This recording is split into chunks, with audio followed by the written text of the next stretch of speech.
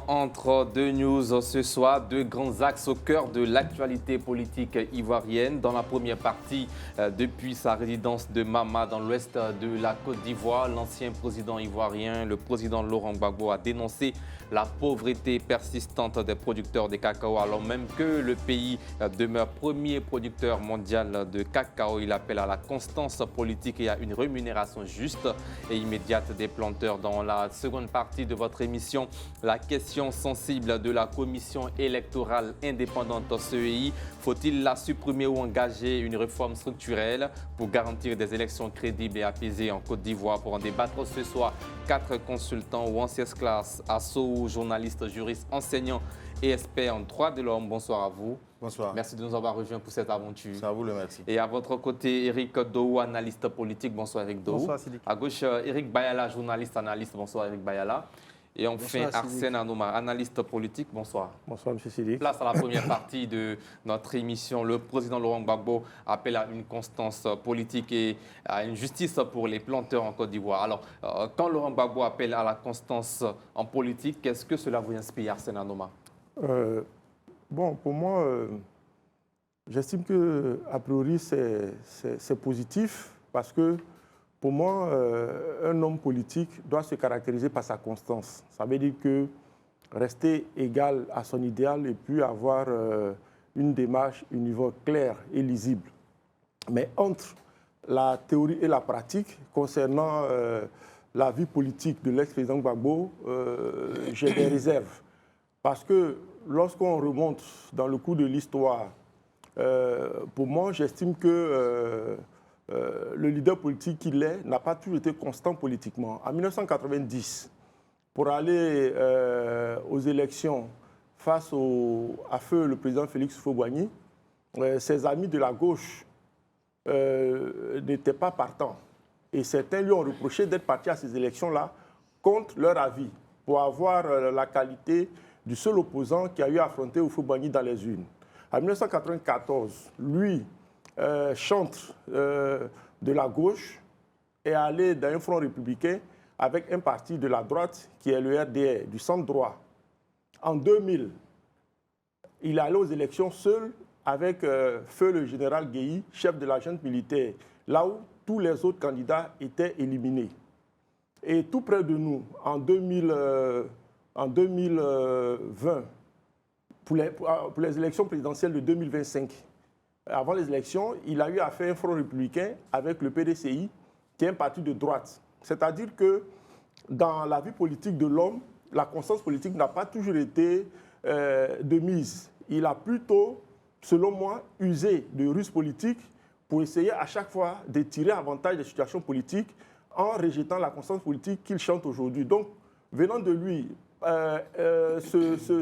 vouloir se muer en chant de la constance politique, c'est un vœu pieux et pour moi, c'est de la démagogie politique, c'est du jeu politique. Parce que lui-même n'incarne pas la constance politique. Parce que son parcours politique est plutôt de la ruse politique et non de la constance politique. Bon, c'est cela, en politique, il faut être constant. Les peuples reconnaissent toujours ceux qui restent fidèles à leurs engagements, a-t-il affirmé. Laurent Gbagbo, commentaire.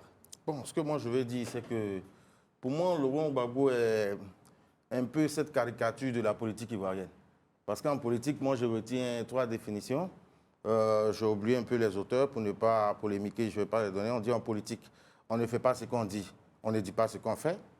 Le politicien, c'est celui qui va vous dire qu'il va pleuvoir demain et s'il ne pleut pas, il vous dira pourquoi il n'a pas plu. Et puis en politique, j'ai oublié la 3e accession, mais je veux dire que les hommes politiques, c'est ça. Si vous prenez Gbagbo depuis le début, Gbagbo, quand il était quitté en France, quand il est arrivé, il y avait une manne d'opposants. Il y avait une peuplade d'opposants qui étaient là. On avait Vaudier, on avait Koudou Kessi et tout ça. Mais Gbagbo est venu, il devait être avec ceux-là, mais après, il a pu prendre la tête de l'opposition. Si vous voyez aujourd'hui, il y a des gens qui lui en ont voulu jusqu'à ce qu'il parte. Et après, nous avons remarqué qu'au fur et à mesure, en Côte d'Ivoire, il fallait pouvoir damer le pion. Gbagbo a été celui-là qui a tout fait pour se faire remarquer devant Houphouët-Boigny. On l'a appelé André Griffe, l'opposant historique. Après, Gbagbo est celui-là qui a su faire et défaire ses alliances au gré de la météo politique avec tous les hommes politiques qu'il y a eu, jusqu'à ce que Gbagbo se retrouve aujourd'hui à pour moi, quand je parle avec les militants du PPACI, je me dis, Gbagbo était à la haie, mais durant tout ce temps-là, Gbagbo n'a pas pu se faire oublier. C'est-à-dire qu'il a eu toujours sa petite astuce pour pouvoir toujours rester. Et moi, je me dis que l'homme politique en Afrique se reconnaît un peu par ses entrechats et tout ça. Donc, pour moi, Gbagbo est typique de l'opposant et du politicien ivoirien. Bien. En politique, il faut être constant. Éric Bayala, comment vous interprétez cette déclaration du président Laurent Gbagbo? Oui, bon, je pense que la constance en politique est une valeur cardinale parce que vous vous présentez à des populations en vue d'avoir leur suffrage pour les élections à venir. Parce que le rôle de l'opposition, c'est d'aller à la conquête du pouvoir d'État, de le conquérir et d'exercer le pouvoir, mais aussi de le conserver. Et donc, si vous avez une offre politique que vous défendez, il est bon pour vous d'être constant pour que l'opinion comprenne au mieux l'offre que vous proposez au suffrage universel. Et donc, dans ce but-là, la constance en politique est de mise. Quand vous avez un projet de société que vous soumettez à l'opinion nationale en vue d'avoir leur suffrage pour les différentes élections à venir qui sont portées par votre parti politique, il est important d'avoir la posture de la constance parce que cela permet à ceux qui vous suivent de continuer à vous comprendre et de savoir la démarche que vous menez. Mais quand vous avez une attitude, une démarche qui, aujourd'hui, comme Wenceslas l'a dit, vous agissez au gré de la météo politique, mais finalement, vous allez dans tous les sens. Or, la vie politique est rythmée par plusieurs actions ou bien plusieurs circonstances, mais on doit pouvoir reconnaître votre posture en fonction des circonstances politiques. Quel que soit, comme il le dit si bien, quelles que soient les météos, si on sait que vous êtes un homme qui refute, par exemple, tout ce qui est contre la fraude, quel que soit ce qui va advenir dans votre posture, on doit pouvoir vous reconnaître comme le visage de celui qui est contre la fraude. Mais si vous pensez que une bonne partie de la population a accepté un principe de fraude sur un tel sujet et que vous, par devoir d'avoir la masse militante électorale, vous allez donc vous accoquiner avec cette masse-là, reniant vos principes, ça fait que vous-même vous foulez au pied le fait que vous déniez la constance dans votre démarche. Mais quand le président Laurent Gbagbo fait une déclaration pour dire qu'il faut être constant, mais à quelle constance invite-t-il? À la constance qui est connue, qui fait des leaders, ou à la constance dans l'incohérence et dans la ruse?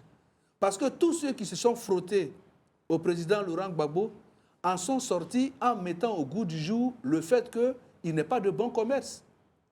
Le président Feu Robert Gueye l'a traité de boulanger parce qu'il a estimé que ce n'est pas quelqu'un avec qui il faut aller de bon commerce. Vous prenez son ex-épouse, Mme Simone Eyivé Gbagbo, qui, quand bien même qu'il y a eu des raisons légitimes de couple, mais à un moment donné, idéologiquement, politiquement, ils ne sont plus compatibles au point où elle allait créer son parti politique. Et ça a été le cas avec Awa Domelo, avec d'abord FPI Renaissance, et puis aujourd'hui, il est sorti. Vous prenez Charles Blé Goudé, qui n'a jamais été militant du Front populaire ivoirien, mais qui a toujours été un mouvement en soutien au Front populaire ivoirien, donc à la politique du président Laurent Gbagbo. Mais aujourd'hui, il n'est plus avec lui parce qu'il estime que le président Laurent Gbagbo n'a plus la constance ou bien n'est plus dans la démarche qui avait fait qu'il avait adhéré à son idéologie.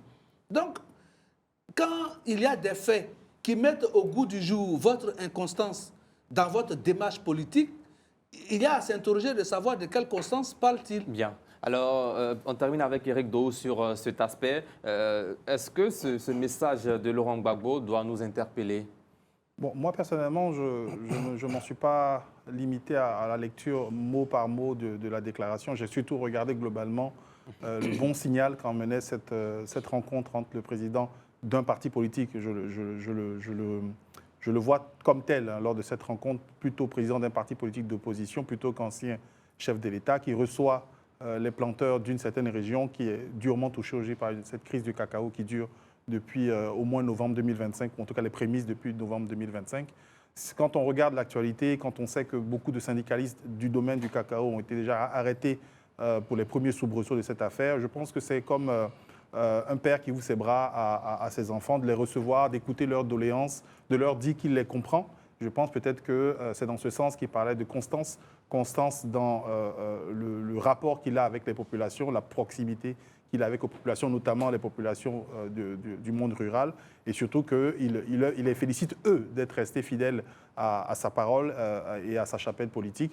C'est peut-être là, en tout cas, que je peux voir et comprendre ces expressions de constance. Mais au-delà de ça, moi, je félicite en tout cas le président Laurent Gbagbo et son parti d'avoir reçu les planteurs, d'avoir au moins remis ça au goût du jour, parce qu'il faut reconnaître que sa parole porte. Bien. Alors, parlons des planteurs, on démarre avec vous sur la question du cacao. Alors, le cacao reste le pilier de l'économie ivoirienne. Pourquoi les planteurs restent-ils pauvres? Et c'est une question qui a été évoquée par le président Laurent Gbagbo. Qu'est-ce que cela vous inspire? Et puis, est-ce que c'est un problème de gouvernance, selon votre lecture? Oui, c'est clairement un problème de gouvernance, parce que effectivement, la gouvernance, on dit gouverner, c'est prévoir. Donc, effectivement, il faut reconnaître que le cacao ne pourra pas rester ad vitam aeternam le pilier des finances de l'État. Il faudra penser forcément un jour ou l'autre à une diversification, voire penser au niveau même du secteur du cacao, de penser à grappiller un peu plus de valeur ajoutée sur l'échelle des valeurs. Et clairement, ça, c'est ce qui pose le problème aujourd'hui. Quand on regarde ce qui s'est passé, il y a une baisse de la consommation du chocolat, ou en tout cas des produits issus du cacao à l'échelle mondiale, parce qu'effectivement, il y a énormément de crises politiques dans le monde. Et donc, les pays consommateurs ont réduit leur consommation. Automatiquement, les fabricants réduisent leurs commandes. Les exportateurs reçoivent moins de commandes, donc sont plus frileux au moment d'acheter. Et derrière, il y a cette baisse du coût mondial qui est liée justement à ces spéculations qui sont faites sur le cacao, qui reste une matière première spéculative. Et donc, forcément, tous ces problèmes au niveau international ont créé justement cette crise qui se répercute ici en Côte d'Ivoire, ou qui est peut-être un peu plus difficile à gérer pour la Côte d'Ivoire, parce que le système que nous avons choisi pour la commercialisation du cacao, qui est un mélange de prévente et en même temps de fixation de prix, donc ce n'est pas très libéralisé, ça fait que c'est exactement comme les assureurs. Vous savez, au moment où vous payez votre prime d'assurance, je m'excuse de les indexer, on vous dit que vous serez couvert de tout, et c'est au moment du sinistre que vous vous rendez compte que la couverture, il y a des petits détails, qu'on ne peut pas tout couvrir, et ainsi de suite. C'est la même chose qu'on nous a dit par rapport au CFA, parce que cette crise, peut-être on ne le dit pas assez, cette crise, elle ressemble presque trait pour trait à la crise qu'on a eue dans les années 80, avec la baisse de 40% du cours du cacao qui a mené à la dévaluation du franc CFA. Je ne pense pas qu'on ira jusqu'à cet extrême aujourd'hui, mais ce sont des soubresauts qui montrent que la Côte d'Ivoire ne prend pas, en tout cas les gouvernants de la Côte d'Ivoire malheureusement, ne prennent pas suffisamment à cœur de comprendre qu'on ne peut pas baser tout l'avenir de notre pays uniquement sur des produits spéculatifs comme le cacao, et qu'il faut commencer non seulement à transformer, et ça c'est pas moi qui le dis, c'est tous les experts du domaine du cacao, qui soient ivoiriens ou internationaux. Ils disent, si vous voulez pouvoir amortir le choc des crises sur le coût du cacao, des matières premières du cacao, vous devez commencer à transformer pour que de sorte que vous ayez au moins une partie de la valeur ajoutée qui vous permet de rebondir quand il y a des problèmes. Merci Eric Dou. Arsène Anoma, nous sommes les premiers producteurs de cacao au monde, mais les producteurs sont pauvres. C'est ce que regrette le président Laurent Gbagbo. Comment vous réagissez face à ces propos d'un ancien dirigeant ivoirien? Bon, moi, je dis toujours que lorsqu'on a été aux affaires, et surtout président de la République, il faut être mesuré dans la critique. Mais est-ce que la situation ne s'est pas empirée? J'en viens. À quoi nous avons assisté sous la gestion du cacao par le président Gbagbo? Nous avons assisté à un nombre incalculable de crises, de détournements et d'emprisonnements, d'achats fictifs d'usines à l'extérieur. Voilà. Mais aujourd'hui, à quoi on assiste? L'État a décidé d'aller de plus en plus vers la transformation du cacao. Actuellement, la Côte d'Ivoire est à environ 40% de transformation de son cacao. Aujourd'hui, le cacao est acheté par anticipation. C'est vrai, il faut reconnaître qu'il y a des problèmes parce que lorsque l'État fixe le prix du cacao, peut chuter, comme ce qu'on voit actuellement. Parce qu'actuellement, les coûts ont baissé de près de 50%. Sur le marché mondial, le kilogramme de cacao se négocie actuellement à environ 1 900 francs. Alors que auparavant, l'État avait fixé le prix à 2800, ce à quoi il le paye actuellement. Mais il y a des difficultés parce que ce qui nous revient, par exemple, de certains planteurs, c'est que lorsque, avant que la décision que le Conseil cacao ne se prenne à bras le corps et décide d'entrer dans le jeu véritablement pour acheter le cacao qui existait, lorsque les planteurs partaient vendre leur cacao, on leur donnait des tickets. Ou bien certains acheteurs véreux leur proposaient d'acheter directement le cacao en le payant à un prix inférieur, ce qui n'est pas bon. Le problème qui se pose véritablement parfois en Côte d'Ivoire, c'est que les bonnes décisions, il y a des décisions qui sont prises, qui sont idoines, mais c'est l'application sur le terrain qui fait défaut. Est-ce que ce n'est pas un problème lié à la chaîne de valeur qui est peut-être mal structurée? Oui, il y a ça. Il faut revoir tout cela, il faut revoir la chaîne de valeur, il faut prendre des réformes.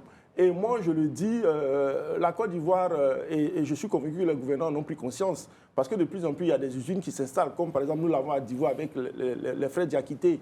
La Côte d'Ivoire a compris qu'on ne peut plus rester au temps de 1980-1970 sous le feu du président Houphouët-Boigny. Aujourd'hui, il faut que la Côte d'Ivoire puisse transformer son cacao pour ajouter plus de valeur sur le prix du cacao et permettre de ne plus être totalement dépendant de la vente brute du cacao sur le marché mondial. Donc, il faut changer la chaîne de valeur, il faut restructurer le secteur, prendre d'autres décisions et sortir de cet environnement exclusif du cacao égal à la culture de rente. Il faudrait que le cacao devienne quelque chose qui est transformé, pourquoi pas à 100% en produit fini en Côte d'Ivoire, qui est exporté en produits finis, même si ce n'est pas à 100%, mais en grande partie, pour qu'on sorte de cette dépendance-là. Mais aussi, il faudrait penser à trouver une structure de fixation des prix idoines. Parce que c'est vrai que le type de fixation de prix actuel garantit un prix connu d'avance aux planteurs, mais je pense que ça a quand même fait ses limites. Il faut trouver un prix de fixation, un mécanisme de fixation qui permettent à nos planteurs de ne pas à chaque fois, à chaque fixation de prix, avoir des situations inconfortables. Parce que les planteurs souffrent beaucoup pour produire le cacao. Eric Baïla, est-ce que vous pouvez nous faire des précisions, un éclairage sur ces propos du président Laurent Gbagbo qui dit, je cite, « Le planteur travaille dur pendant toute l'année et au moment de vendre son cacao, il reçoit des papiers à la place de l'argent. Ce n'est pas normal. » A-t-il dénoncé appelant à une réforme garantissant une rémunération juste et immédiate aux producteurs de cacao? La question, c'était de... Je ne peux pas me substituer aux propos du président Laurent Gbagbo parce que ça n'engage que lui. Mais aucun travail... Est-ce que c'est une réalité ce qu'il avance? En plus du planteur, aucun travail... Il n'y a pas de travail qui ne soit pas pénible. Oui, quand vous prenez le menuisier, vous prenez le cordonnier du quartier, vous prenez même la ménagère, tous les métiers s'évalent. Sont des métiers qui sont aussi pénibles. Maintenant, le problème, c'est au niveau donc de la rémunération. Est-ce que le paysan est rémunéré à la hauteur des efforts consentis? La seule manière de rémunérer le paysan, dans ce cas de figure, c'est qu'on lui achète son produit au prix fixé par l'État. Si l'État estime, sinon si le prix a été fixé à 1000 francs, il faut que le producteur puisse vendre sa récolte à 1000 francs. Et c'est comme ça, reconnaître donc les efforts du paysan dans ce cas de figure. Il a été connu, sinon il a été rapporté, et avec beaucoup d'insistance, qu'en lieu et place de payer les récoltes de nos parents producteurs, on prend le produit, et en retour, on vous remet un papier qui garantit qu'on a pris votre produit, mais qu'on reste vous devoir. Mais le problème, est-ce que sur le papier, ça dégage deux situations? Est-ce que sur le papier qu'on vous a donné, vous avez effectivement le poids réel de votre produit inscrit et le montant auquel il correspond? Ça, c'est d'abord le premier point. Le second fait, est-ce que sur le papier qu'on remet aux producteurs, sinon aux planteurs, est-ce que c'est un papier qui fixe le prix en deçà du prix fixé bord champ? Si tel est le cas, il y a un souci. Parce que même par le passé, dans toutes les coopératives que nous avons, les coopératives agricoles des parents, tu donnes ta récolte à la coopérative, on te donne un papier, et quand la coopérative finit de vendre, en fonction de ton tonnage, on vous dit non, monsieur, on a pris 20 tonnes ou bien 50 tonnes avec vous, ça correspond à 1000 francs le kilogramme, voici ce qu'on vous doit. Donc, depuis toujours, ça a été comme ça, ce n'est pas un fait nouveau. Que les gens livrent leurs produits aux coopératives, on vous donne en lieu et place un reçu indiquant le tonnage ou bien le poids qu'on a pris avec vous. La coopérative, après avoir fait l'exploitation, vient vous payer. Ça a toujours été comme ça. Maintenant, ce qu'il y a à dénoncer, c'est le fait qu'on aille vers les parents et qu'on dise que le prix Beauchamp est à 2800 et qu'on fasse des propositions en deçà de 2800. Ça, c'est à dénoncer et à condamner. Mais le problème aussi, l'État ne peut être efficace qu'à partir des dénonciations. C'est ça le problème. Parce qu'on ne peut pas venir prendre ton produit et te fixer un prix en deçà de 2800 sans ton consentement. Donc, il faut que les parents aussi arrivent à un moment donné à dénoncer ces pisteurs et ces acheteurs véreux qui vont en campagne. Au lieu de leur faire des propositions sur le prix fixé par l'État, ils font des propositions en deçà. Parce que dès l'instant où vous consentez à céder votre produit à un prix en deçà du prix fixé, vous devenez complice de la magouille qui se tient. C'est vrai qu'on va évoquer ici les questions de vie précaire des parents, machin, tout et tout, mais une chose est sûre, on ne peut pas combattre cette forme de corruption à demi-mesure sans que nous-mêmes, on ne consente à faire des sacrifices. Parce que toutes les fois que les parents vont se rendre complices d'aller s'acoquiner avec peut-être le Libanais qui vient acheter, ou bien comment on dit, le pisteur qui vient acheter, et qu'on dise, le prix c'est à 2800, mais là, la science tenante, moi j'ai 2000 francs sur moi, et donc si tu veux, je te paye à 2000. Et puis, le vieux, au regard, ou bien le planteur, au regard des problèmes, des multiples problèmes qu'il a, il accepte de céder son produit à 2000. À ce moment-là, on ne dira pas que l'État n'a pas fait son travail. Bien, merci. Donc, il faut dénoncer ça. Et c'est pour ça qu'il a été conseillé de travailler en coopérative. Parce que quand la coopérative se lève pour fixer le prix de l'ensemble des producteurs qu'elle représente, l'acheteur n'a pas d'autre choix que de payer au prix fixé. Bien, mais quand les gens vont individuellement aller payer leurs produits, malheureusement, ce genre de situation a déploré. On termine avec Wenceslas Assou sur ce sujet. Que faudrait-il concrètement changer dans la filière cacao en Côte d'Ivoire? Je vais partir du fait que quand nous prenons la filière café-cacao en Côte d'Ivoire, nous avons commencé par une période de stabilisation sous Houphouët-Boigny, où on avait la caisse de stabilisation. Après, sous Laurent Gbagbo, nous avons connu la libéralisation. Et aujourd'hui, sous Alassane Ouattara, nous revenons à une sorte de stabilisation à nouveau. Mais je me dis, nous avons remarqué que les deux systèmes ont des lacunes. Est-ce qu'on ne doit pas se trouver un système hybride? Tout à l'heure, il y a Eric, c'est ça? Eric qui parlait d'un problème de gouvernance. Je veux dire, quand nous avons des principes à appliquer, il faut les appliquer. Souvent, quand nous sommes à la tête de certaines institutions, nous avons qui est un frère, qui est un cousin, qui peut rentrer et puis, avec ses petits arrangements, ça peut gripper la machine. Quand je parle de gouvernance, c'est à tous les niveaux. Je peux parler aussi d'anticipation. Quand on crée une structure comme le Conseil Café Cacao, c'est pour anticiper sur les crises. On sait qu'il y aura des problèmes, on sait que le prix fluctue. Mais pourquoi on achète, on vend par anticipation? Pourquoi on essaie d'avoir une garantie? Et puis aussi, il faut qu'il y ait la franchise. Moi, je me dis, quand il y a une telle crise, on ne doit pas attendre que des politiciens comme Laurent Gbagbo, cette fois, je lui tire mon chapeau. Il a bien parlé, c'est un truc, ce qu'il a dit, c'est réel. Mais on ne doit pas attendre que des gens disent, vous gérez une filière. On peut appeler, il y a des représentants de producteurs. Il faut leur expliquer ce qui se passe au Ghana. Le Ghana Cocoa Board a dû baisser la rémunération des planteurs de 30%. Mais le pays n'a pas été... le pays ne s'est pas enflammé pour autant. Ils ont dû comprendre sans doute après des négociations. Maintenant, je vais demander aussi aux autorités ivoiriennes. C'est vrai que nous avons pris du retard, mais aujourd'hui, on sait que nous ne pourrons pas compter sur l'extérieur pour garantir notre produit de rente. Il faut qu'on passe assez vite à l'industrialisation. Vous partez par exemple en Suisse, à chaque fois que vous arrivez en Suisse, c'est du chocolat de Côte d'Ivoire, du chocolat dont la matière première vient de Côte d'Ivoire que vous achetez pour venir donner à vos parents. Bon. Aussi, je vais dire aux structures comme le Conseil Café Cacao, il faudrait qu'on organise peut-être les états généraux du cacao et tout ça, mais il faut qu'on associe la recherche à tout ce que nous faisons. S'il y avait des sociologues, il y avait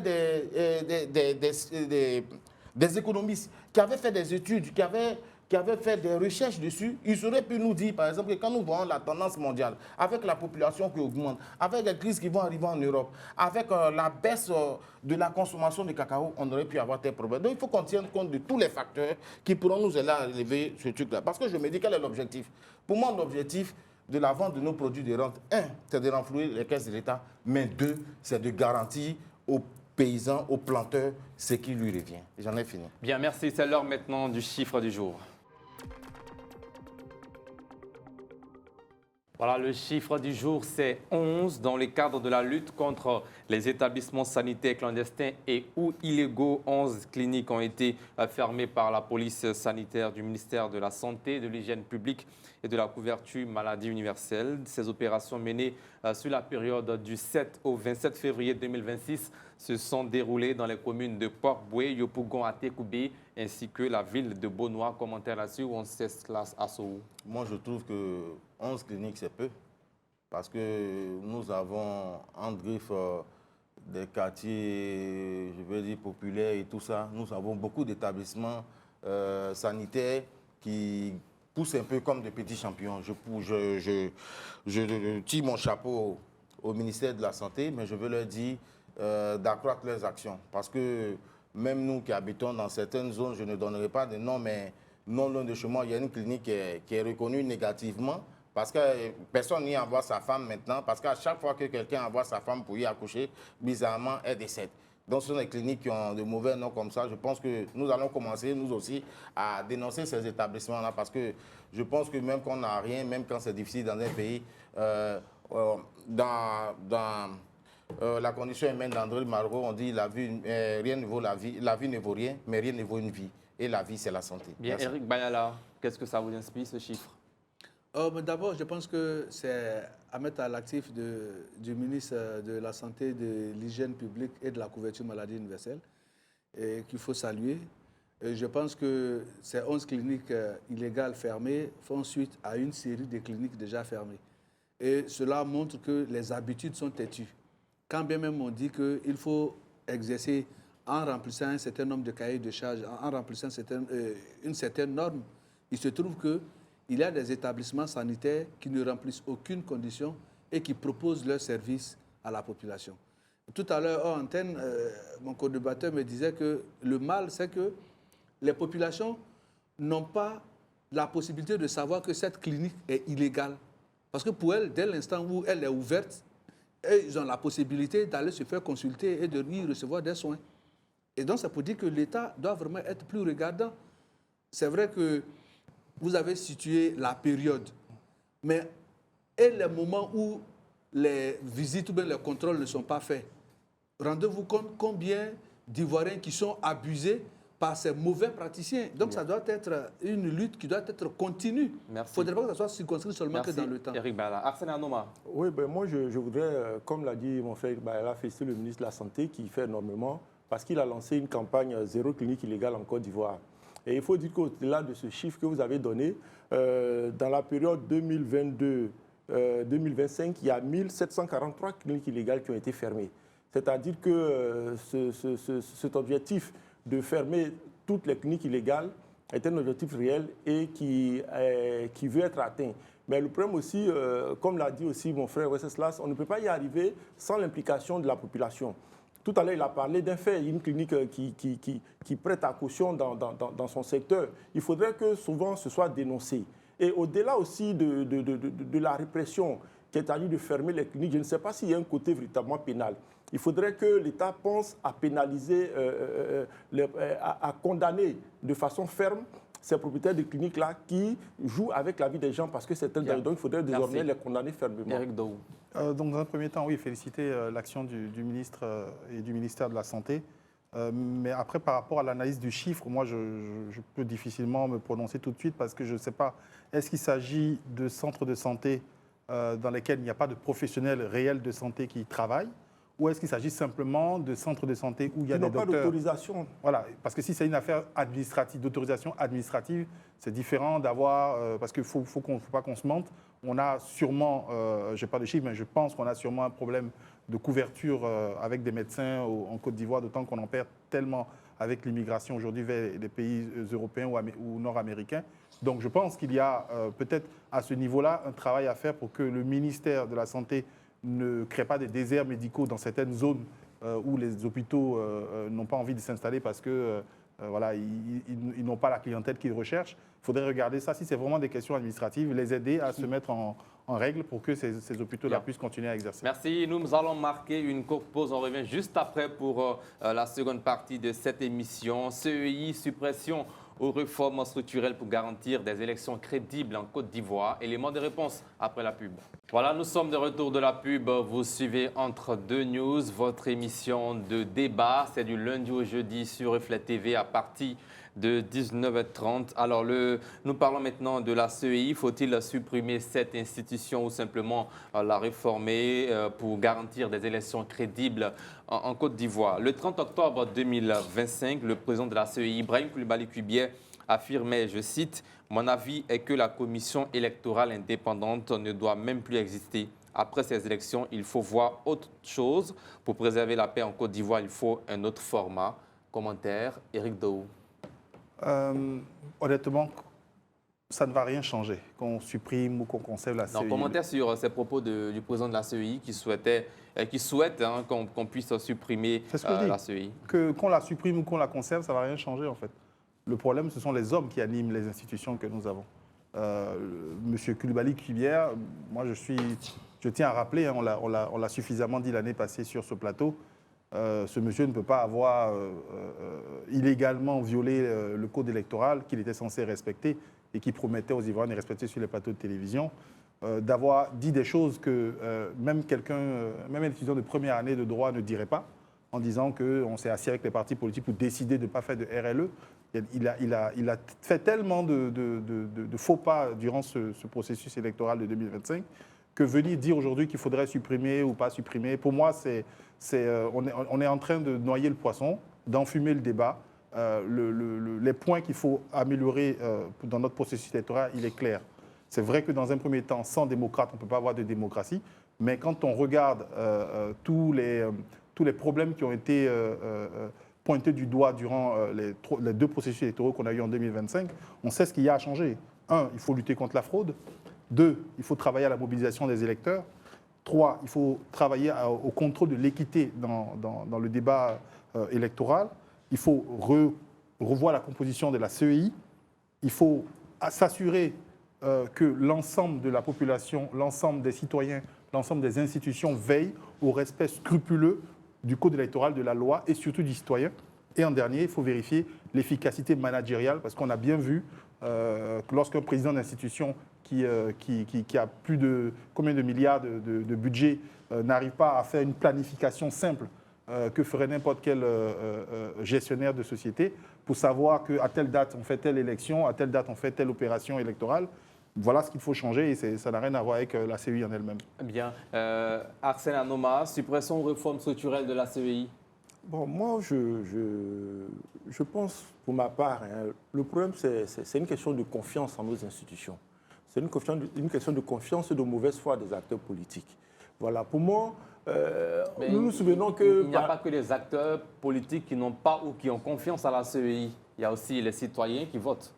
Oui, mais quand nous regardons, est-ce que la majorité des citoyens disent qu'ils n'ont pas confiance à la CEI?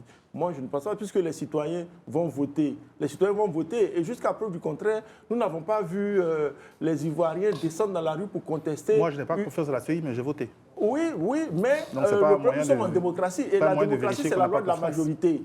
Il y a eu des élections qui se sont passées. On vient de sortir d'une élection présidentielle avec les élections législatives. Les Ivoiriens ne sont pas sortis dans les rues pour contester les résultats sortis des urnes. C'est pour dire que les Ivoiriens ont confiance aux résultats donnés par la CEI. Le problème, c'est une question de confiance dans nos institutions. Parce que par le passé, on se souvient qu'on avait les élections étaient organisées par le ministère de l'Intérieur. Les gens, les acteurs politiques, ils ont dit non, que Haro, c'est pas bon. On crée une commission indépendante. On trouve que c'est pas bon. Moi, je le dis, hein, dans une autre vie, j'ai eu la possibilité d'être président du bureau de vote des ST au sein d'une CEI locale. Pour moi, quand je vois la façon dont le vote est structuré, la proclamation des résultats est publique, les PV sont signés par les représentants des différents partis politiques, acheminés sous scellés, tout ça. Pour moi, j'estime que le problème n'est pas tant au niveau de la CEI, le problème est au niveau de la gestion de chaque élection au moment où elle se passe. Parce que, on l'a dit ici plusieurs fois, il y a eu des cas. Lorsque, par exemple, le parti au pouvoir gagne les élections, c'est là très souvent qu'on trouve que la CEI est impartiale. Mais lorsque l'opposition gagne l'élection, elle ne trouve rien à redire. On a deux exemples qui viennent d'arriver avec les élections partielles, à Douala, je crois, et à Toumoudi. Mais les candidats du RHDP ont été battus.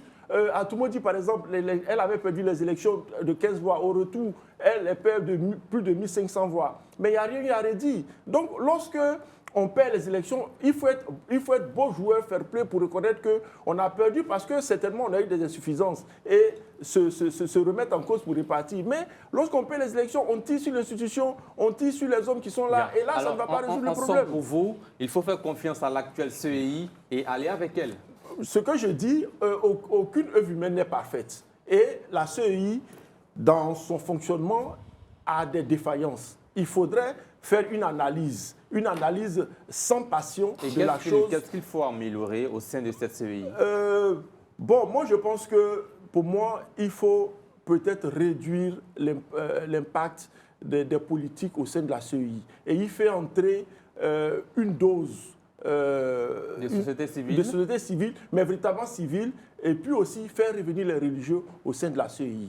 Mais le problème de la Côte d'Ivoire, c'est que notre société civile est pervertie par les politiques. Il est difficile de trouver en Côte d'Ivoire une société civile qui n'est pas politisée. Parce que la société civile qu'on voit, qui s'autoproclame pour société civile, ce sont des appendices des partis politiques. Donc, pour moi, il faudrait introduire au sein de la CEI une dose de société civile véritablement civile et ramener les religieux au sein de la CEI et diminuer l'influence des politiques. Parce que les politiques, que ce soit le parti au pouvoir ou l'opposition, quand ils sont au sein de la CEI, leur objectif, c'est de gagner et ou de faire gagner les chapelles politiques. Il est beau jeu de dire que non, quand on vient à la CEI, on prête serment, on se désolidarise de son appartenance politique, mais ça, c'est en théorie. En pratique, chacun est guidé par l'intérêt de son parti politique. Donc, pour moi, il faut y faire des réformes en ramenant une société civile, véritablement civile, et les religieux. Bien. Alors, Eric Bayala, Arsène Anoma estime, pas Arsène Anoma, le président de la CEI estime que cette CEI ne doit même plus exister. Qu'est-ce que cela vous inspire? Est-ce que vous partagez cet avis? Moi, avant de répondre de façon très claire à cette assertion du président de la CEI, il est important de faire l'historique. Comment est-ce que la CEI est introduite dans la vie politique ivoirienne? Et vous savez, par le passé, on avait le ministère de l'Intérieur qui organisait les élections. On avait, paix à son nom, M. Hippo-Lago, qui était vraiment un expert sur ces questions électorales. Et après, quand il y a eu le multipartisme, après la première élection de 90, parmi les réformes engagées par l'opposition, ils avaient estimé que le ministère de l'Intérieur étant tenu par le parti au pouvoir, et donc ce ministère-là était manipulé. Et donc il fallait qu'on puisse créer un climat de confiance en créant donc la commission électorale indépendante. Cette commission est mise sur pied. Il faut maintenant parler de sa composition. Et c'est là tout le péché.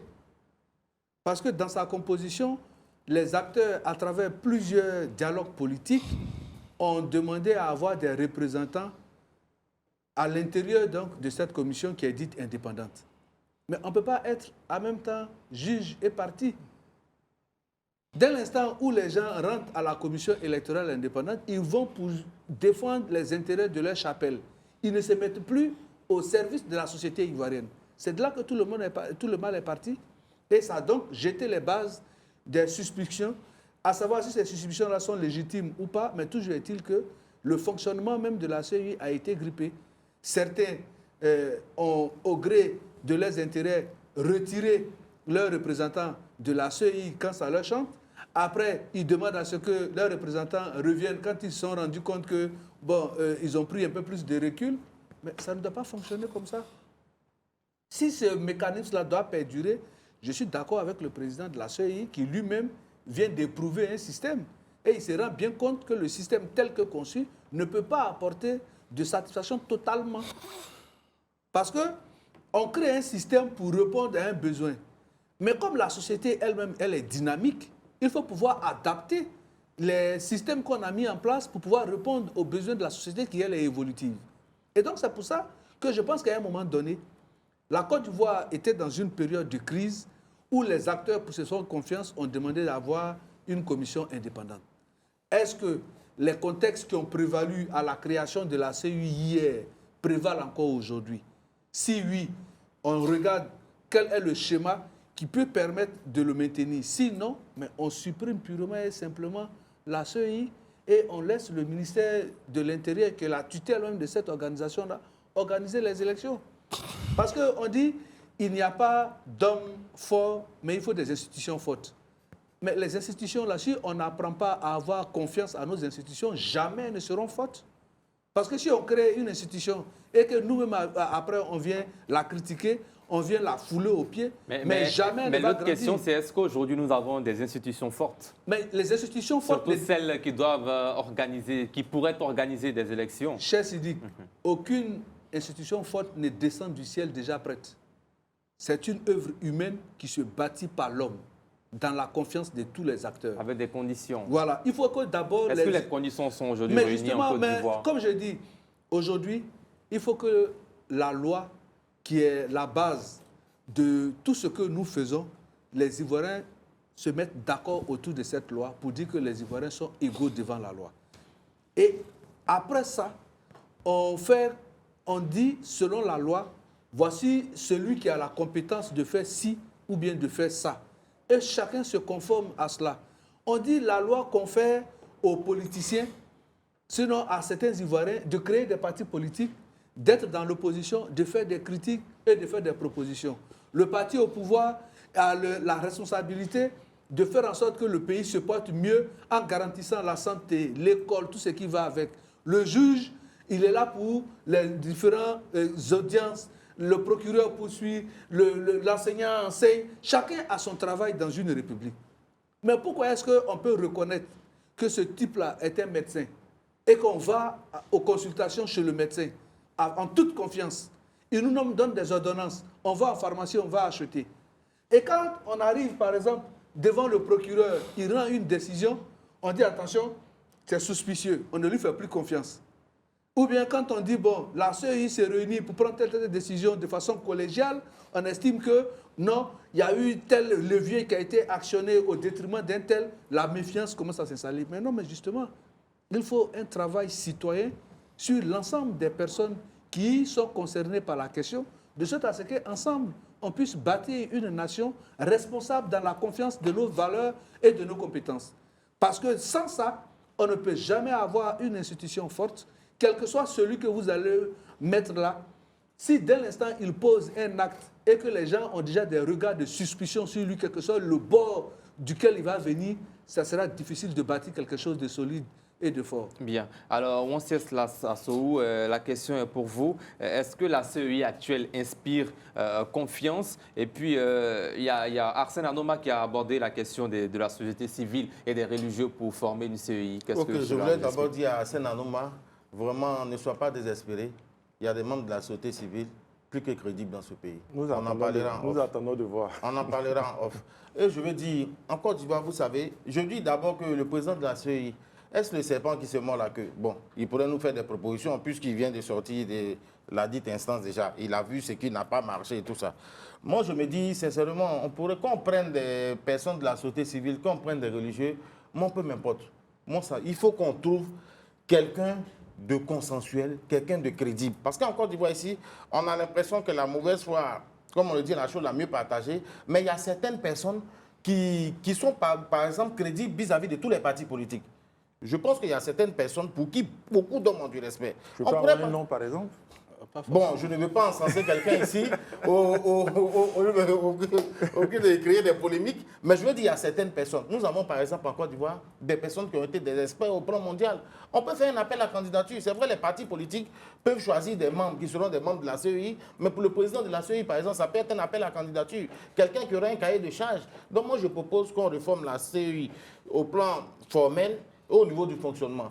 Au plan formel, par exemple, on peut l'appeler CEI ou changer de nom comme on veut, mais je proposerais qu'on fasse un appel à candidature, par exemple. On prend un appel à candidature, on prend un comité indépendant, si on veut, avec des partis politiques, tout de tout, mais qui choisira peut-être cette personne-là, qui aura un brin de consensus au moins. Mais est-ce que ces partis ne vont pas susciter des candidatures? Mais excusez-moi, même si on ne peut pas, on peut même faire appel à des compétences internationales. On a certains organismes internationaux. Que faisons-nous de notre souveraineté?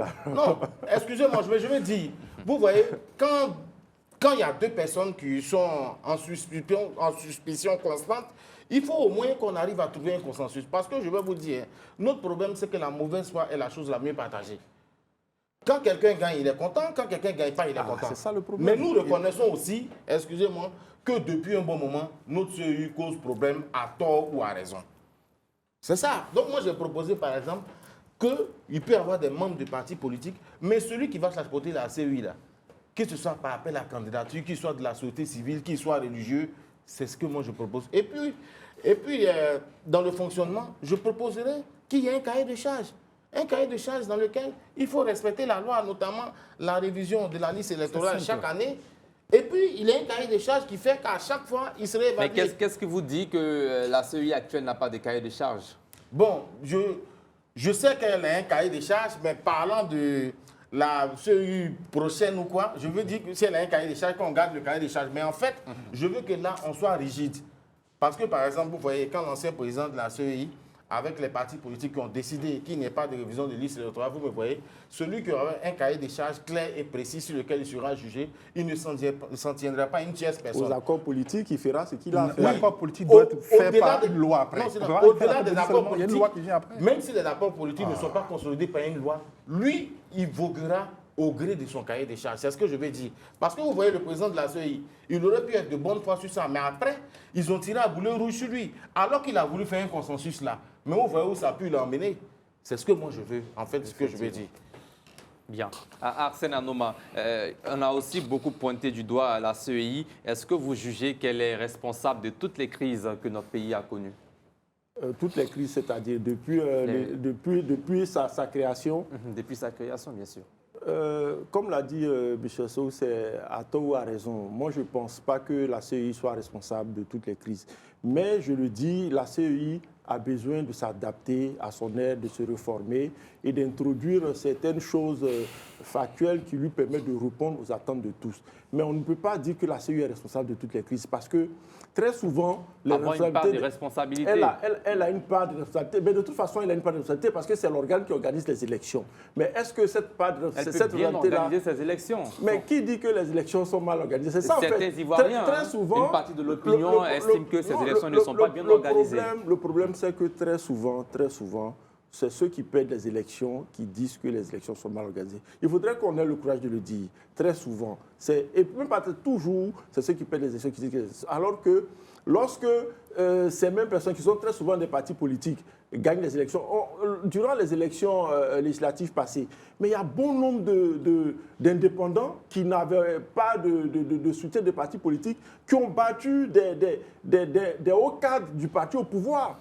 Et cela s'est fait sans abâche, sans fioriture, alors qu'on aurait pu dire que non, ces cadres du parti au pouvoir, là, certains ministres même bénéficiaient de l'accompagnement de la CEI pour gagner, mais ils les ont battus. Comme j'ai pris le cas tout à l'heure à Béoumi, mais tout l'établissement politique du RHDP était présent. Certains même ont plaisanté en disant qu'il manquait juste que le président Ouattara se déplace pour partir. Tout le monde y était, mais la candidate du RHDP a été battue. C'est pour dire que ce n'est pas la seule. Pour moi, même comme je l'ai dit tout à l'heure, qu'il faudrait y acheter des réformes.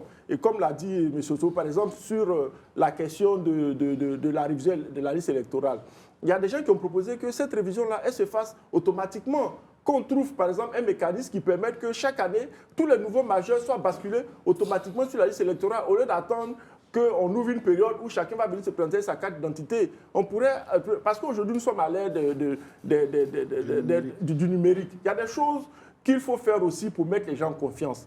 Moi, je pense que les élections en Côte d'Ivoire et en Afrique ont créé trop de problèmes, trop de morts. Il faudrait sortir de la psychose qui entoure l'approche de chaque élection et qu'on arrive à des élections où on va aux élections dans la bonne enfant et il n'y a pas la psychose, il n'y a pas un coup-feu officieux durant la période électorale, qu'on vote dans la gaieté, qu'on attend les résultats de la gaieté et que les élections finissent comme s'il n'y a rien eu. Alors que très souvent, ce à quoi on assiste, les élections sont des moments de grande peur, de grande psychose. Il faudrait qu'on sorte de cela parce que la Côte d'Ivoire a des enjeux énormes à accomplir et les élections ne doivent pas prendre à chaque période constante le pays en otage. Ce n'est pas normal. Et si l'institution qui est chargée d'organiser ces élections-là prête plus ou moins à polémique, il faudrait trouver des solutions idoines pour éviter toutes ces suspicions-là, afin que les élections soient organisées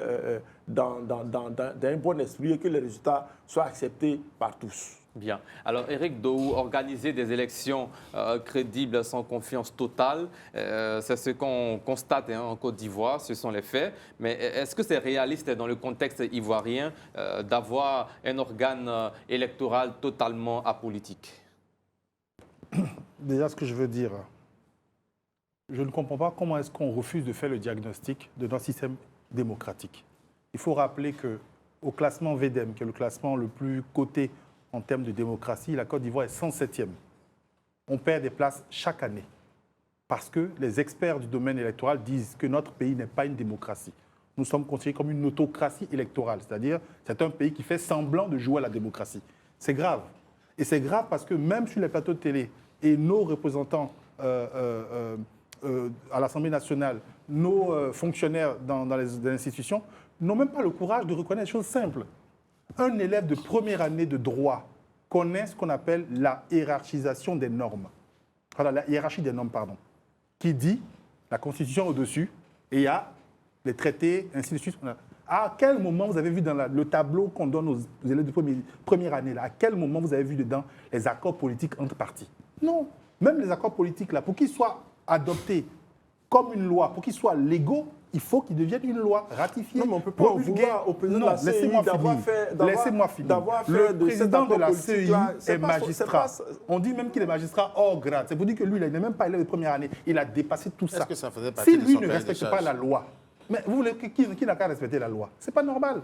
Lui-même de sa bouche a reconnu quelque chose. Il dit, je ne comprends pas, il y a des gens qui rentrent à la CEI emmenés par les partis politiques, ils prêtent serment pour justement se désengager de leur parti politique. Et puis quand le parti politique donne un mot d'ordre, il sort du parti. Mais c'est parce que vous reconnaissez vous-même que le serment, il ne sert à rien.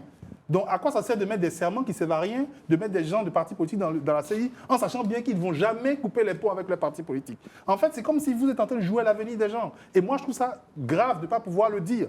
Que ça ne vienne pas de la bouche du président de la CEI lui-même, ou de ses commissaires centraux, ou des partis politiques, d'accord, mais nous, analyse de la vie politique, on doit le dire clairement. La loi n'a pas été respectée en 2025. Ça, je continuerai toujours à le dire. Le président de la CEI n'a pas respecté l'article 6 du Code électoral et ce n'est pas normal. Et il y a plein d'autres choses. On a parlé de fraude en 2025. Entre le bourrage d'urne, personne ne me dira qu'il n'y a pas de bourrage d'urne en Côte d'Ivoire. Ça, c'est approuvé. La duplication des PV. Il y a l'ancien député de Tia Salé, je dis ancien puisque légalement c'est l'ancien, qui se plaint, qui dit que lui ne reconnaît pas sa défaite parce que les PV qu'il a à sa disposition ne sont pas les PV qui ont été utilisés pour déclarer les résultats. Mais bon, on le laisse parler. En fait, c'est ça en Côte d'Ivoire. Quand quelqu'un dit quelque chose d'important, on dit bon, il n'a qu'à parler, il finira par se taire parce qu'on va faire le forcing et les choses vont aller. Non. Pourquoi est-ce qu'on ne fait pas un débat sérieux? On appelle tout le monde, on ouvre les documents, on regarde tous ensemble. Pourquoi ce manque de transparence? C'est pour ça que j'ai dit, il faut de laissez-moi finir. Je vous ai écouté longuement pendant 15 minutes, je regardais le temps. Il faut de l'efficacité managériale au sein de la CEI. C'est pour ça qu'il faut des managers à la CEI. Il ne faut pas des politiques, il ne faut pas des gens qui ont été nommés. Et ça d'ailleurs sur le plateau, je tiens à rappeler M. Sidik, sur le plateau hier, il y a eu un débat entre M. Osman Chérif et M. Lansina Karamoko sur la composition de la CEI. Ils ont quand même désinformé les Ivoiriens. Quand M. Lansina Karamoko dit que non, le RHDP n'a qu'un seul représentant au sein de la commission. Non, ils ont 4 représentants. C'est dans la loi, je peux vous montrer, c'est la loi 2022-1 968, bon, peut-être je me trompe sur ça, mais il y a une loi qui dit que les partis politiques d'opposition ont 5 représentants et le parti au pouvoir 4 représentants. Sachant que cette loi, c'est une loi qui a été modifiée. Et l'ancienne loi, le RHDP avait 3 représentants. Mais lorsque le PPACI entre dans la vie politique et qu'il leur faut un siège à la CEI, ça fait passer l'opposition de 4 à 5. Le parti au pouvoir dit, bon, on passe de 3 à 4 alors, pour équilibrer les choses. Sachant très bien que le président de la République nomme un représentant, le conseil d'administration nomme un représentant, le ministre de la direction de l'administration et tout ça nomme un représentant, sachant très bien qu'on sait de quel camp ils viennent. Donc, il y a des choses qui sont évidentes. Donc, moi, je ne sais pas pourquoi est-ce qu'on tourne autour du pot alors que vous dites que vous voulez régler le problème de la démocratie en Côte d'Ivoire. Mais pensez les bons diagnostics, ne tournez pas autour du pot. Sinon, ça ne sert à rien. On est en train de s'amuser, en fait. Disons les choses clairement. Si vous voulez modifier la CEI, ce n'est pas les hommes qu'il faut modifier. C'est le fonctionnement de la CEI. Je vais donner un dernier point.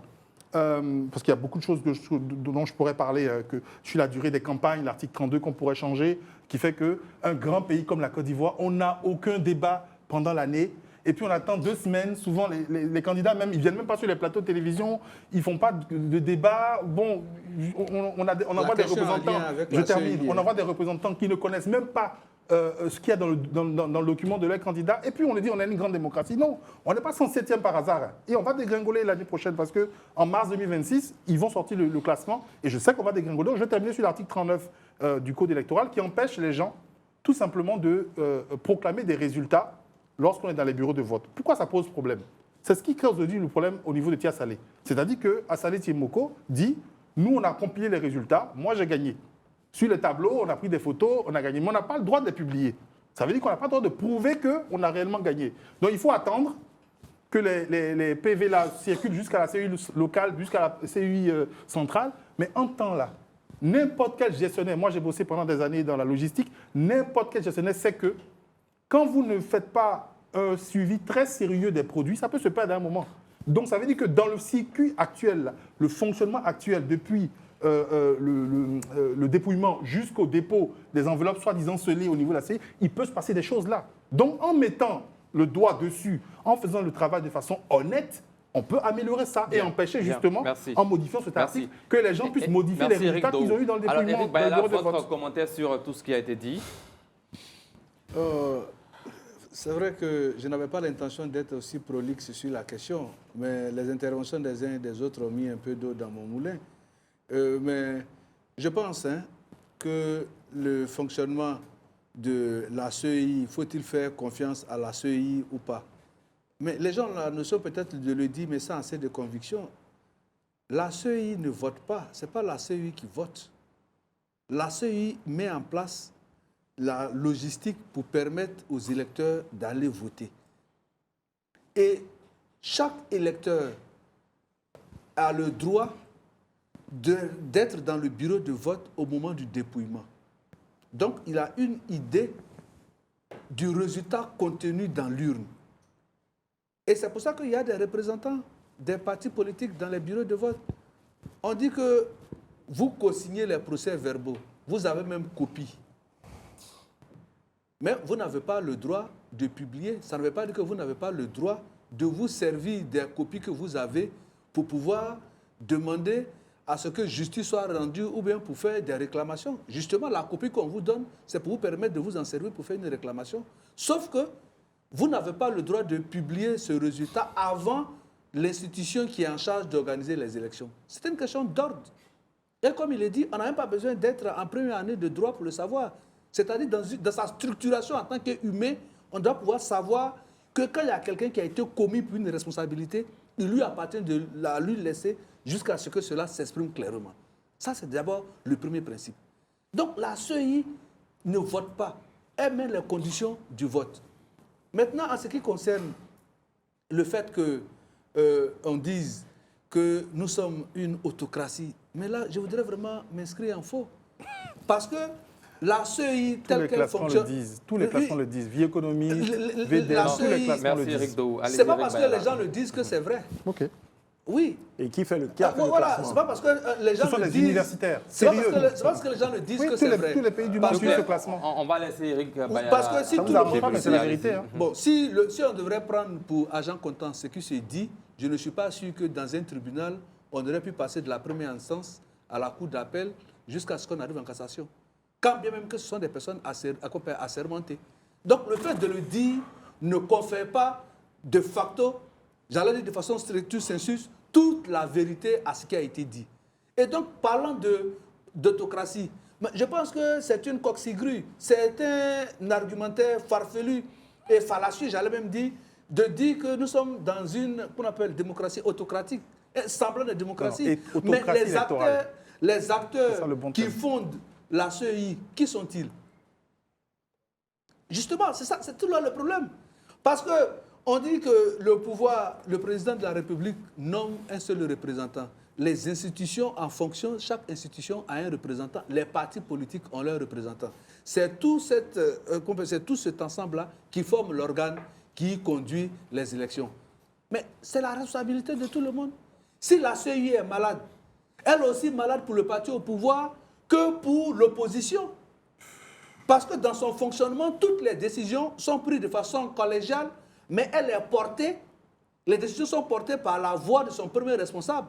Donc, il ne faut pas penser que le président Cubier, en venant défendre une position, c'est la position, la sienne qu'il défend. Non, il défend la position de ce qui a été arrêté de façon collégiale avec tous les acteurs y compris. Donc, si la CEI est malade, elle est aussi malade de la responsabilité de l'opposition qui fait partie de la CEI, tant bien même que celle du pouvoir. Donc, de quel jugement on parle? Donc, qui est responsable du mal-être ou bien du fait que la CEI ne pose pas confiance? Bien, c'est la question qu'on vous pose. Mais justement, voilà pourquoi tout à l'heure j'ai dit, selon moi, il fut un moment où les acteurs politiques entre eux ne faisaient plus confiance aux institutions de l'État. Ils ont décidé de mettre cette institution-là pour que chacun puisse venir dans un esprit de confiance, participer à l'organisation des élections. Mais dans sa composition, ceux qui ont dénoncé, c'est-à-dire les politiques, qui ont dit que nous, on ne fait plus confiance au ministère de l'Intérieur. Nous voulons que ça soit une commission indépendante. Mais le squelette de cette commission-là a été fait en accord avec ceux qui ont dénoncé. L'État ne s'est pas assis, lui seul, quelque part, pour dire, bon, dans la commission indépendante, il aura tel nombre de qu'on appelle pourcentage pour les partis politiques, pour le parti au pouvoir, pour la société. Non.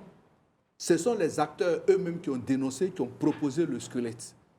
Et ça a été arbitré au cours de plusieurs dialogues politiques pour qu'ils arrivent à un consensus pour proposer la CEI telle qu'elle est. Donc c'est le fruit de la réflexion, non seulement du parti au pouvoir, de l'opposition et de l'ensemble de tous les acteurs qui la composent. Bien. Donc si elle a failli quelque part, il n'y a pas lieu de jeter l'anathème sur X ou Y. C'est pour cela, d'ailleurs, nous disons, comme les crises de laquelle est née cette institution, c'est derrière nous, pour moi, il n'y a plus lieu d'avoir cette CEI-là dans son état actuel. Elle a quand même permis à l'opposition d'avoir des résultats positifs. Hein, mais c'est ce que je dis. Et je suis d'accord avec qu'on appelle M. Assoui qui dit que la mauvaise foi est la chose la mieux partagée aujourd'hui en Côte d'Ivoire et notamment dans cette commission électorale. Aujourd'hui, quand un candidat non loin et non des moindres du RHDP perd une élection à 15 voix avec un autre parti politique d'opposition et qu'on reprend les élections et que ce même parti-là bat le candidat du parti au pouvoir à plus de 1500 voix, mais là, la CEI est majestueuse, merci. Elle a travaillé. Merci. Mais quand c'est l'effet contraire, à ce moment-là, la CEI est mauvaise. Comment expliquer le fait qu'il y a des élections où le parti au pouvoir perd face à l'opposition et quand c'est cela, on ne dit rien. Est-ce que cela suffirait pour dire que la CEI est crédible? Bon, moi je dirais non. Parce qu'aujourd'hui, si vous prenez tous les acteurs politiques et même des acteurs du parti au pouvoir décrivent la CEI, moi je parle du fait que le premier responsable de la CEI même a dit qu'il faut la réformer. Je ne prends pas d'autres arguments. Lui-même, il a dit qu'il faut la réformer. Après avoir dirigé la CEI pendant combien de temps? C'est qu'il sait que le verre est dans le fruit. Moi, le verre étant dans le fruit, je rejoins Eric, tout en rejoignant Bayala aussi. Pour moi, il faut que les forces vives de la nation s'asseyent. Comme on parlait du café cacao tout à l'heure, on a eu le problème de stabilisation, le problème de, comme on appelle, libéralisation.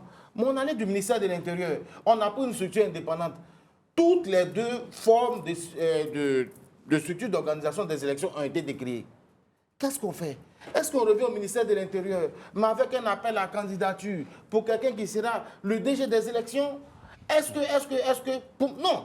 Éric, moi je me dis, je ne suis pas peut-être aussi outrecuidant que toi, ou dit que c'est aussi mauvais. C'est vrai, il y a eu des classements tout autour.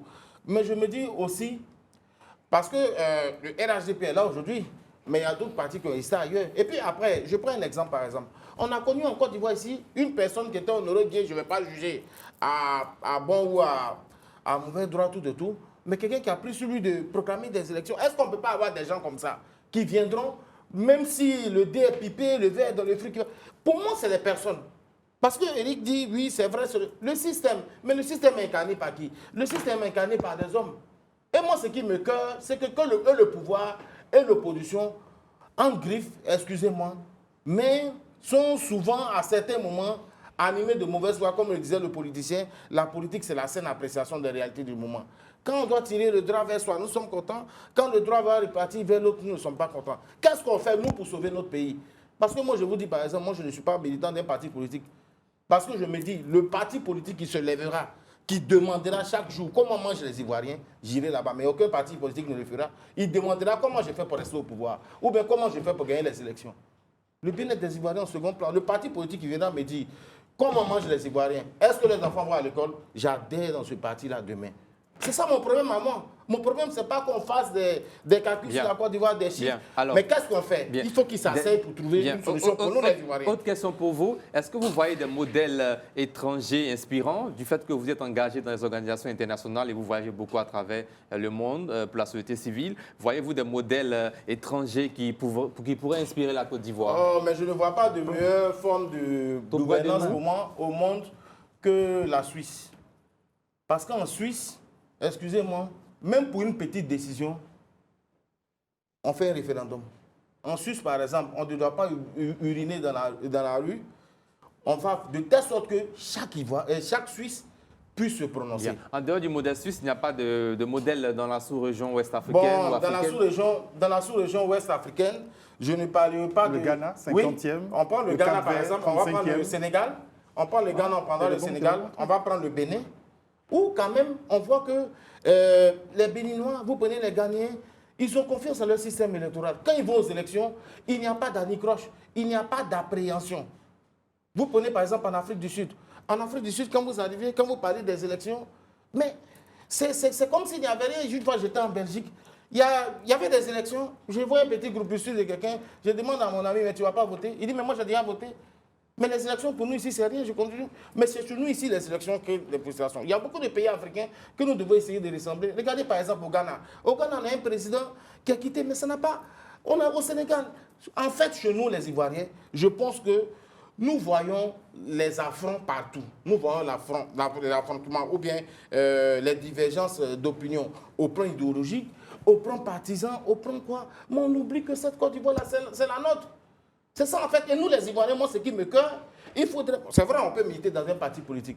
Mais nous ne donnons pas notre âme à un parti politique, donnons notre âme à notre pays. Si on voit que quelque chose ne va pas, que ce soit FPI, que ce soit RHDP, que ce soit PDCI, que ce soit de la société civile, on s'assoit et puis on trouve une solution indépendamment de ceux qui nous dirigent. Parce que ceux qui nous dirigent, c'est vrai qu'ils peuvent avoir pour agenda l'avenir du pays, mais ils ont leur agenda propre aussi. C'est ça en fait, c'est que nous écoeurons, nous les militants de la société civile. On termine avec Arsène Anoma. Quelles solutions concrètes proposez-vous pour pouvoir sauver la Côte d'Ivoire des prochaines élections? Quand on dit élections en Côte d'Ivoire, automatiquement, on voit certains Ivoiriens qui prennent la valise et se préparent à partir à l'étranger. Non, moi, comme je l'ai dit tantôt, quand on arrive à une réforme de la CEI, en diminuant le pouvoir des partis politiques, c'est-à-dire leur enlever, par exemple, le pouvoir de décision et de pouvoir de décision véritablement sur le fonctionnement de la CEI. Quand on essaie de trouver dans la société ivoirienne des personnalités véritablement civiles et des religieux. Non, moi je pense que, moi je ne désespère pas de la Côte d'Ivoire et je suis convaincu qu'en Côte d'Ivoire, nous avons des personnes qui peuvent organiser les choses bien pour tout le monde. Parce que je rejoins tous mes amis sur le plateau. Il faudrait qu'on arrive à un système où l'élection en Côte d'Ivoire n'est pas une piscose, qu'on vote et que ça se passe bien.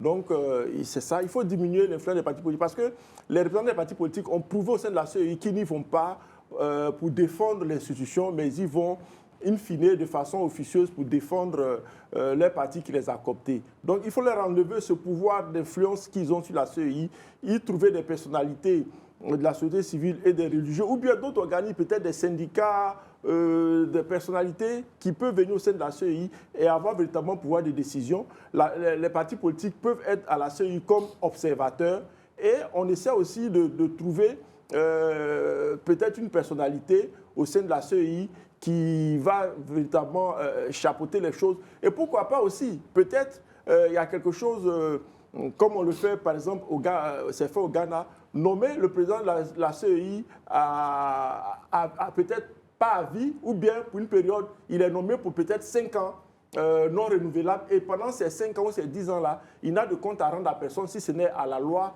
et aux Ivoiriens. Mais aussi, il y a une chose fondamentale. Il faudrait que les Ivoiriens apprennent à faire confiance à leurs institutions. Parce qu'il citait la Suisse tout à l'heure. La Suisse ne s'est pas construite du jour au lendemain. Comment faire confiance à une personne qui n'inspire pas confiance? Mais comment on sait que cette personne n'inspire pas confiance? Qu'est-ce que la personne a fait? Par exemple, lorsqu'on prend le président de la CEI actuel, mais c'est partagé. C'est ça le problème. Certaines personnes, et moi j'ai dit une majorité de personnes, ne trouvent rien à redire sur sa gestion de la CEI. Pendant que d'autres personnes, et je dirais une minorité, et ça c'est factuel. Une minorité qui ne respecte pas les textes en vigueur. Mais pourtant le président de la CEI a été face aux représentants de partis politiques, face à des juristes. Il y a une révision de la liste électorale annuelle. Il y a un budget alloué. Oui, mais il a expliqué, lorsqu'il faisait ses sorties, il ne s'est trouvé face à lui, personne pour le contredire. On a ici en souvenance, le président est passé sur divers plateaux de télé, dans diverses choses. Lorsqu'il expose, personne ne contredit ce qu'il dit. Merci, merci Arsène Anoma. On aura l'occasion de revenir sur ce sujet. C'est malheureusement terminé. Mais avant, le carton rouge, pardon, c'est maintenant. Voilà, nous sommes dans le carton rouge. Premier carton avec Arsène Anoma. Bon, aujourd'hui, je n'ai pas de carton. Eric Bayala, carton rouge. Mon carton rouge, c'est malheureusement à l'endroit de notre corporation, à la corporation à laquelle j'appartiens, c'est-à-dire les journalistes de Côte d'Ivoire. Ces temps derniers, il nous a été donné de constater vraiment qu'il y a eu une crise qui a fait déchaîner des passions. On a vu un spectacle vraiment qui n'était pas honorable pour notre corporation. Nous sommes ceux-là qui avons le devoir de critiquer, de proposer, d'éduquer, d'informer la société. Et nous-mêmes, à notre sein, pour une histoire d'élection qui ne prend en compte que 500 électeurs, on n'est pas capable de trouver la posture qui va avec. C'est aller en vrille. Nous sommes au bord de l'implosion. Pourtant, nous sommes très virulents quand il s'agit des hommes politiques. Or, nous-mêmes, on n'a pas été capable de nous appliquer cette rigueur conceptuelle de l'analyse de la situation. Vraiment, carton rouge à l'ensemble des journalistes pour que nous revenions vers les fondamentaux.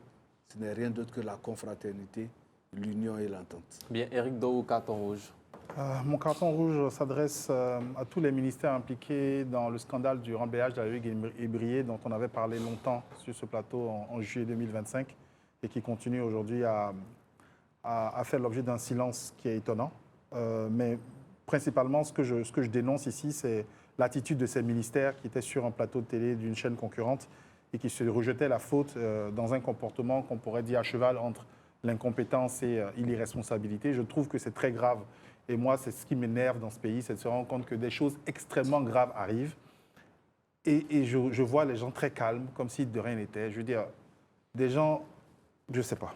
Bref, des gens de milliards de budget et ils se mettent sur un plateau pour dire on n'a pas de moyens pour travailler. Bien, on sait cela, ça sort.